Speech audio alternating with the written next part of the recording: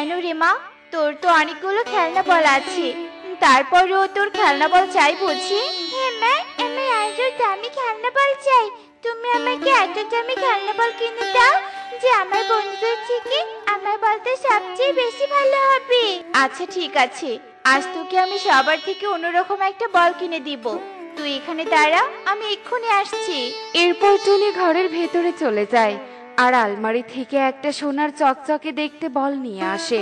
এই নে রে মা, এটা পৃথিবীর সব থেকে দামি বল। এরকম বল এই বনে আর কারোর নেই, তবে এটাকে কিন্তু খুব যত্নে রাখতে হবে, কেননা এই বলটা আমাদের বংশের শেষ স্মৃতি। এটা না থাকলে আমাদের পরিবারে অন্ধকার নেমে আসবে। আচ্ছা ঠিক আছে মা, এই বলটাকে আমি সাবধানেই রাখবো। এরপর টুকি সোনার বল হাতে নিয়ে তাদের বাগানে চলে যায়। আমি কি দেখছি, এটা তো একটা সোনার বল।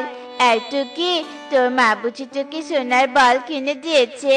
হ্যাঁ, আমার মামিকে সোনার বল কিনে দিয়েছে। আর শোন, তোরা কিন্তু ভুলেও আমার বলটা হাত দিয়ে স্পর্শ করবি না, তা না হলে তোদের শরীরের সব ময়লা আমার এত দামি বলে লেগে যাবে। এই তো, এই মেয়েটা মনে হয় অনেক অহংকারী, তার মানে ওর সাথে আমার বন্ধুত্ব করতে হবে। যাই, মেয়েটার কাছে যাই। দেখেছিস পারুল, টুকির মনে কত অহংকার। ও কিনা ও দামি বলের জন্য আমাদের অপমান করলো। চল পারুল, আমরা এখানে আর আসবো না। আচ্ছা ঠিক আছে, তোরা বরং চলে যা। তোদের মতো গরিব ভিখারিদের সাথে বন্ধুত্ব করা আমার মোটেও উচিত হয়নি। যাই বাবা, বড্ড খিদে পেয়েছে, একটু গিয়ে খেয়ে আসি। এরপর টুকি যেই না চলে যায়, ঠিক তখনই একটা ব্যাঙ এসে টুকির সামনে দাঁড়িয়ে যায়। কি, আমার এত সুন্দর বাগানে ব্যাঙ প্রবেশ করলো কিভাবে? ইস, এই নোংরা ব্যাঙের স্পর্শে বাগানের সব ফুল গাছগুলো নোংরা হয়ে গেল। ওই দারোয়ান আঙ্কেল নিশ্চয়ই কাজে ফাঁকি দিচ্ছে, তা না হলে নোংরা ব্যাঙ এখানে আসে কি করে? মাকে বলে আজকে ওকে চাকরি থেকে তাড়িয়ে দিব। শোনো অহংকারী মেয়ে, আমাকে তোমার বন্ধু বানাবে? আমি তোমার বন্ধু হলে তোমাকে সবসময় সাহায্য করব। একটা ব্যাঙ হয়ে তুই কিনা আমাকে সাহায্য করবি? তাছাড়া তোর মতো নোংরা ব্যাঙকে দেখলে আমার শরীর চলে যাচ্ছে, আর আমি কিনা তোকে আমার বন্ধু বানাবো? এটা তুই ভাবলি কি করে? চলে যা এখান থেকে, তা না হলে আমি তোর এমন অবস্থা করব যে তুই নিজের ব্যাঙ নামটাও ভুলে যাবি। ওরে বাবা রে, এই মেয়েটা শুধু অহংকারী নয়, তার সাথে প্রচন্ড বদমেজাজি। বাঁচতে চাইলে পালাই বাবা। এরপর ব্যাঙ সেখান থেকে চলে যায় আর টুকিও ঘরের ভেতরে গিয়ে খাবার খায়। আর এভাবে দেখতে দেখতে সেই দিন কেটে যায়।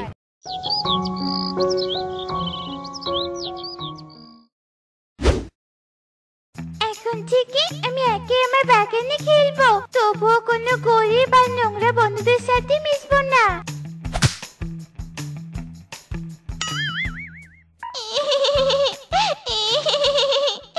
আমি কি করলাম? বাচ্চা কিনা কোচে ফেলেছিলাম, এখন কি হবে? তুমি চাইলে আমি তোমাকে সাহায্য করতে পারি, তবে আমার একটা শর্ত আছে। শর্ত? কি শর্ত শুনি? আমাকে যদি তুমি তোমার বন্ধু বানিয়ে নাও, তোমার টেবিলের পাশে বসে খাবার খেতে দাও, তোমার ঘরের এক কোণে থাকতে দাও, তবে আমি তোমার সোনার বলটা তুলে দিতে পারি। বলো, তুমি রাজি কিনা? না, এ কিছুতেই হবে না। আমি কিনা নোংরা ব্যাঙের সাথে এক ঘরে ঘুমাবো? তোমার এসব শর্ত আমি মেনে নিতে পারবো না। আচ্ছা ঠিক আছে, তাহলে বিদায়। নোংরা ব্যাঙটা চলে যাচ্ছে, এদিকে বলটা তো আমি কোথা থেকে তুলতেও পারবো না। আমি বরং ব্যাঙের সব শর্ত মেনে নেই। ব্যাঙ, যেও না, আমার কথা শোনো। আমি তোমার সব শর্তে রাজি, তবুও তুমি আমাকে সাহায্য করো। আচ্ছা ঠিক আছে বন্ধু, তুমি তোমার চোখ বন্ধ করো। এরপর টুকি তার চোখ বন্ধ করে। এদিকে ব্যাঙ তার জাদু দিয়ে কুয়ো থেকে সোনার বল তুলে আনে। এই নাও বন্ধু তোমার বল, এখন চলো, আমার খুব ক্ষুধা পেয়েছে, আমি তোমার সাথে খাবার খাবো। টুকি ব্যাঙের কোনো কথায় উত্তর না দিয়ে বাড়ির ভেতরে চলে যায় আর ব্যাঙ টুকির পেছন পেছন বাড়িতে ঢুকে পড়ে। এ কি রে মা, তোর সাথে ব্যাঙ এলো কেন? জানি না মা, এক্ষুনি ওকে ঘর থেকে বের করে দাও। যত সব নোংরা জীব আমাদের ঘরে। না বন্ধু, তুমি আমাকে ঠকাতে পারো না। তুমি আমাকে তো কথা দিয়েছিলে, তাহলে এখন তাড়িয়ে দিচ্ছ কেন? টুকি তোমাকে ঠকিয়েছে, কিন্তু কিভাবে? এরপর ব্যাঙ টুনিকে সব কথা খুলে বলে। শোন রে মা, অন্যকে ঠকালে নিজেকে ঠকতে হয়, আর কথা দিয়ে কথা রাখতে হয়। তা না হলে অনেক বড় ক্ষতি হয়ে যায়। তুই বরং ব্যাঙের সব শর্ত পালন কর। আচ্ছা ঠিক আছে মা, তুমি যখন বলছো তাহলে তাই হবে। আহা, কতদিন পর এত ভালো খাবার খেলাম। চলো বন্ধু, কতদিন হয় শান্তিতে একটু ঘুমাতে পারি না। তোমার ঘরে আমাকে একটু ঘুমোতে নিয়ে যাও। এরপর টুকি ব্যাঙের সাথে ঘরে চলে যায়, আর ব্যাঙ ঘরে গিয়ে এক লাফে বিছানায় উঠে পড়ে। তোমার তো ঘরে এক কোণে ঘুমানোর কথা, আর তুমি কিনা সোজা বিছানার উপর উঠে পড়লে।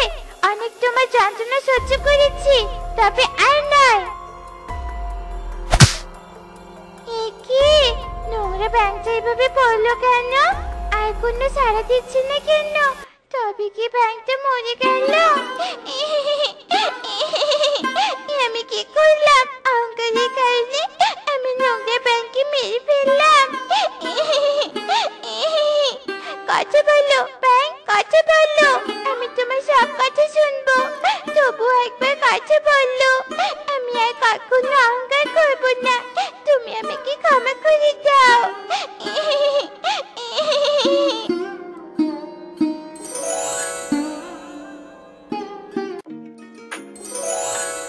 আজ আমি মুক্ত।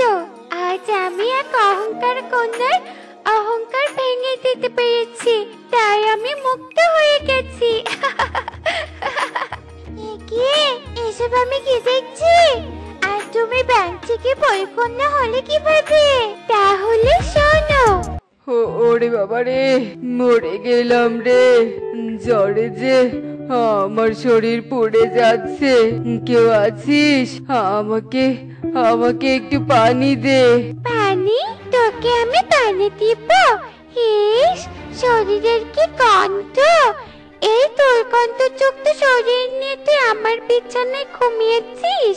আর এই রঙিন চুড়ি ঘরটা আমি অনেক যত্ন করে বানিয়েছিলাম, আর তুই কিনা সেই ঘরে এসে বের হয়ে যা। বের হয়ে যা বলছি, এক্ষুনি আমার ঘর থেকে বের হয়ে যা।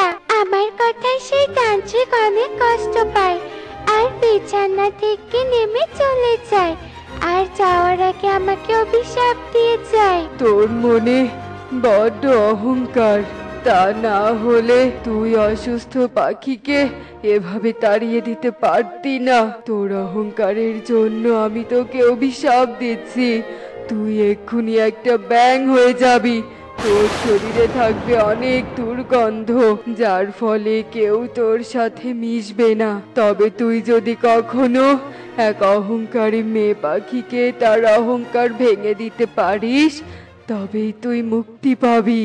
এরপর সেই তান্ত্রিক চলে যায়, আর আমিও ব্যাঙ হয়ে পথে পথে ঘুরে বেড়াই, আর চারদিক ঘুরে অহংকারীদের অহংকার ভাঙার চেষ্টা করি। অবশেষে তোমার কারণে আমি অভিশাপ থেকে মুক্ত হতে পেরেছি। আমি তোমাদের সব কথা শুনেছি। শোনো, কখনো অহংকার করা উচিত নয়, কেননা অহংকার অধপতনের মূল।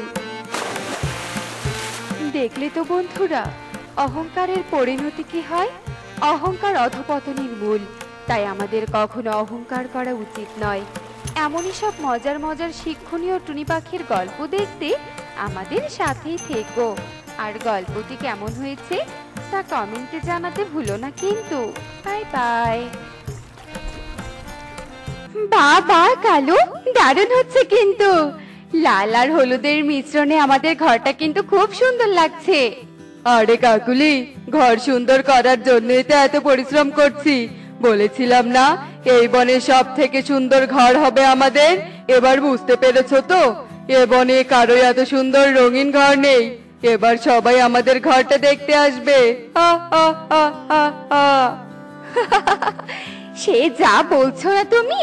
শোনো, উপরের দিকটা কেমন জানি ফ্যাকাশে লাগছে, উপরে আরো কিছু রং দাও তো দেখি। কাকুলির নির্দেশনায় কালু পুনরায় রং দিতে থাকে, আর সবার ঘরের থেকে সবচেয়ে সুন্দর ঘর বানানোর জন্য কালু কাকুলি অনাবরত পরিশ্রম করতে থাকে। আর কাকুলির এমন রঙিন ঘরের কথা পুরো বনে ছড়িয়ে পড়ে। তবে আর তোমাকে বলছি কি মিনু মাসি, কালু দাদার কাকুলি দিদি তো রঙিন ঘর বানিয়ে অহংকারে চূড়ায় উঠে গেছে। বিশেষ করে কাকুলি দিদির তো অহংকারে মাটিতে পাই পড়ছে না। বলিস কি রে টুনি, সামান্য রঙিন ঘর বানিয়ে এই অবস্থা? তোর কথা শুনে তো মনে হচ্ছে কালু কাকুলি রঙিন ঘর নয়, সোনা বা হীরের ঘর বানিয়েছে। সত্যি মিনু মাসি, কালু দাদার কাকুলি দিদির কথা শুনলে তো সেরকমই মনে হচ্ছে। তবে তো কালু কাকুলির রঙিন ঘরটা দেখতে যেতে হয়। চল তো টুনি, একবার গিয়ে কালু কাকুলির ভাবির ঘরখানা দেখে আসি। কৌতূহলী হয়ে মিনু আর টুনি উড়াল দেয়। আর উড়তে উড়তে দুজন কালুর রঙিন ঘরের কাছে যায় আর রঙিন ঘর দেখতে থাকে। তখনই কাকুলি ঘর থেকে বেরিয়ে আসে। আরে মিনু মাসি যে, তুমিও খবর পেয়েছো? তবে না মানে ঘর দেখতে চলে এসেছো একেবারে? তা টুনি খবর দিয়েছে নাকি? বাবা, একেবারে ঋষি মনীষী হয়ে গিয়েছিস। কে কি করেছে না করেছে সব তুই জেনে বসে আছিস। আর তোর ঘর দেখতে এসেছি মানেটা কি? এমন ভাব করছিস যেন হিরে মণিমুক্তা দিয়ে ঘর বানিয়ে রেখেছিস তোরা। হিরে মণিমুক্তার থেকে কম কিছু নয় মাসি, এমন ঘর বানিয়েছি যে সবাই দেখতে আসছে। এই যে দেখোই না, আজ তুমিও এসেছো। সত্যি কাকুলি দিদি, তোমার অহংকার আজকাল একটু বেশি বেড়েছে। মিনু মাসি তোমার ঘরটা দেখতে এসেছে বলে কি তোমার ভাবটা বেড়ে গেল নাকি? চলো তো মিনু মাসি, চলো চলো এখান থেকে। যাও যাও, তোমরা গেলে আমার কিচ্ছুই হবে না। তোমাদের মতো কতজন আমাদের রঙিন ঘর দেখতে আসছে সেটা তো তোমরা জানোই না। কাকুলির কথায় অপমানিত হয়ে মিনু আর টুনি উড়ে চলে যায়। আর কিছুক্ষণ পরে ইঁদুর ও ইঁদুরের বউ সেই পথ দিয়ে যাচ্ছিল। আর রঙিন বাড়ি দেখে ইঁদুর আর ইঁদুরের বউ অবাক হয়ে যায়। দেখেছো দেখেছো, ঘরটা কত সুন্দর। এমন রঙিন চকচকে ঘরটা আমার ভীষণ পছন্দের। তুমি আমাকে এমন একটা মাটির ঘর বানিয়ে দিবে?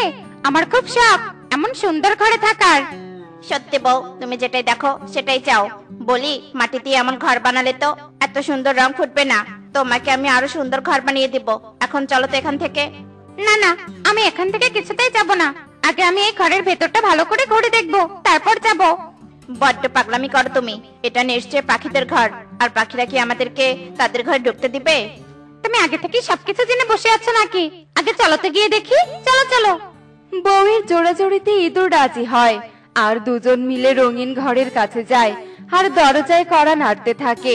ঘরের ভেতর থেকে কাকুলি কাক শব্দ শুনতে পায় আর রাগে গজগজ করতে থাকে। এই কে রে? কে আমার ঘরের দরজায় এসে এভাবে কড়া নাড়ছে? কে? এই বদমাইশ ইঁদুর, তোদের সমস্যা কি? হ্যাঁ, তোরা এভাবে আমার ঘরের দরজায় আঘাত করছিস কেন বলতো? মানে দিদি, আসলে আমরা তোমার ঘরটা দেখতে এসেছি। তোমার ঘরটা দেখতে বাইরে থেকে ভীষণ সুন্দর, তাই ভাবলাম তোমার ঘরের ভেতরটাও দেখে যাই। আহারে, শখ কত! বাইরে থেকে দেখে হয়নি, আবার ঘরের ভেতরে দেখতে এসেছিস? ঘরে কি পার্ক বসিয়েছি নাকি যেই দেখতে আসবে তাকেই দেখাবো? তোরা আমার ঘরে আসলে তো আমার ঘর নোংরা হয়ে যাবে। যা, দূর হ আমার সামনে থেকে। হলো তো বউ, হলো এবার? খুব না শখ ছিল রঙিন ঘর দেখবে, এবার দেখা হয়েছে না তোমার? মুখের ওপর অপমান করে দরজা লাগিয়ে দিল। এবার দেখো ঘরের ভিতর দেখো। মানে আসলে আমি বুঝতে পারিনি এই দিদি আমার সাথে এমন আচরণ করবে। আমি আর কখনো কারো ঘর দেখতে চাইবো না। হয়েছে, তোমাকে আর কান্না করতে হবে না। আমি এর থেকেও ভালো করে সুন্দর ঘর বানিয়ে দিব তোমাকে। এখন সবাই কাকুলি দিদির ঘর দেখতে আসছে, এরপর সবাই আমাদের ঘর দেখতে যাবে। ইঁদুর তার বউকে সান্ত্বনা দিয়ে সেখান থেকে চলে যায়। আর বাসায় ফিরে ইঁদুর ভাবতে থাকে কিভাবে সুন্দর বাসা বানানো যায়। আর অনেক চিন্তা ভাবনা করার পর ইঁদুর আর তার বউ মিলে সুন্দর বাসা বানানোর পরিকল্পনা করে। খাবার জোগাড় আর সংসারের কাজের চাপে আলমারিটাও পরিষ্কার করার সুযোগ পাই না। আর এদিকে আলমারিতে কত ময়লা আর পুরনো জিনিস দিয়ে ভরে গেছে। এই সবকিছু আজ বাইরে ফেলে দিব। এই যে সুখী দিদি, তোমার সাথে দেখা হয়ে ভালোই হলো। আমরা আসলে পুরনো ভ্যানিটি ব্যাগ সংগ্রহ করতে এসেছি। তোমার কাছে কি পুরনো ভ্যানিটি ব্যাগ আছে? আছে বলছিস কি ইঁদুর? এই ঝুড়িতেই পুরনো ভ্যানিটি ব্যাগ আছে। তোরা চাইলে এই ঝুড়ি থেকে ভ্যানিটি ব্যাগ নিতে পারিস। নিতে পারি আবার কি দিদি? এখানে রাখা ছুরিটা, এক্ষুনি ভ্যানিটি ব্যাগ খুঁজে নিচ্ছে। ইঁদুর বউয়ের কথা শুনে সুখী সেখানেই ঝুড়িটা রাখে, আর ইঁদুর ও তার বউ মিলে ঝুড়ি থেকে ভ্যানিটি ব্যাগ খুঁজে নেয়। এভাবে ইঁদুর আর ইঁদুরের বউ অনেকগুলো ভ্যানিটি ব্যাগ সংগ্রহ করে, আর সেই ভ্যানিটি ব্যাগগুলোতে রং করে রোদে শুকায়। তারপর বাঁশ, কাঠ আর ভ্যানিটি ব্যাগের সাহায্যে ঘর বানাতে থাকে। আহ, কতদিন পর নিজের বনে ফিরলাম। নিজের বনের গাছগাছালি দেখলেও আমার শান্তি লাগে। আরে বাস, এই বনে এত সুন্দর ভ্যানিটি ব্যাগের ঘর কে বানালো? আমি তো এর আগে কখনো এমন ঘর দেখিনি। সত্যি আইডিয়াটা অনেক সুন্দর। যাই দেখি তো ঘরের মালিককে। আরে টোনা দাদাজি, কবে ফিরলে তুমি শহর থেকে? কতদিন পর দেখলাম তোমাকে। আজই ফিরলাম ইঁদুর, কিন্তু আমি তো বুঝতে পারছি না এত সুন্দর ঘর বানানোর আইডিয়াটা কে তোকে দিল? কেউ দেয়নি টোনা দাদা। কাকুলি দিদির কাছে অপমানিত হয়ে আমি আর আমার বউ মিলে এই ঘরটা বানানোর পরিকল্পনা করেছি। বাহ বাবা বাহ, জেদ করে অনেক ভালো একটা ঘর বানিয়েছিস। এখন তবে আমি যাই, টুনিকে নিয়ে আবার তোর ঘর দেখতে আসবো। এ কথা বলে টোনা চলে যায়, আর ইঁদুরের তৈরি ভ্যানিটি ব্যাগের ঘরের কথা বনে ছড়িয়ে পড়ে। তারপর বনের সবাই কালু কাকুলির রঙিন ঘর দেখতে না গিয়ে ইঁদুরের ভ্যানিটি ব্যাগের ঘর দেখতে যায়। এমনকি কালু কাকুলিও দূর থেকে ঘরটা দেখতে থাকে। না, সত্যি লজ্জাজনক। বনের পশু পাখিরা আমার এত সুন্দর ঘর দেখতে না এসে কিনা ওই ইঁদুরের ভ্যানিটি ব্যাগের ঘর দেখতে যাচ্ছে। তুমি বলছো লজ্জাজনক? এদিকে আমার তো গা জ্বলছে হিংসায়। না না না না, ওই ঘর আমি শেষ করে দিব। দরকার পড়লে আমি ওই ঘরে আগুন দিব। কি বলছো তুমি কাকুলি? কিভাবে সম্ভব? এরপর কাকুলি কালুকে একটা বুদ্ধি দেয়, আর বাসায় গিয়ে দুজন মশাল বানাতে শুরু করে। সন্ধ্যা পেরিয়ে রাত হতেই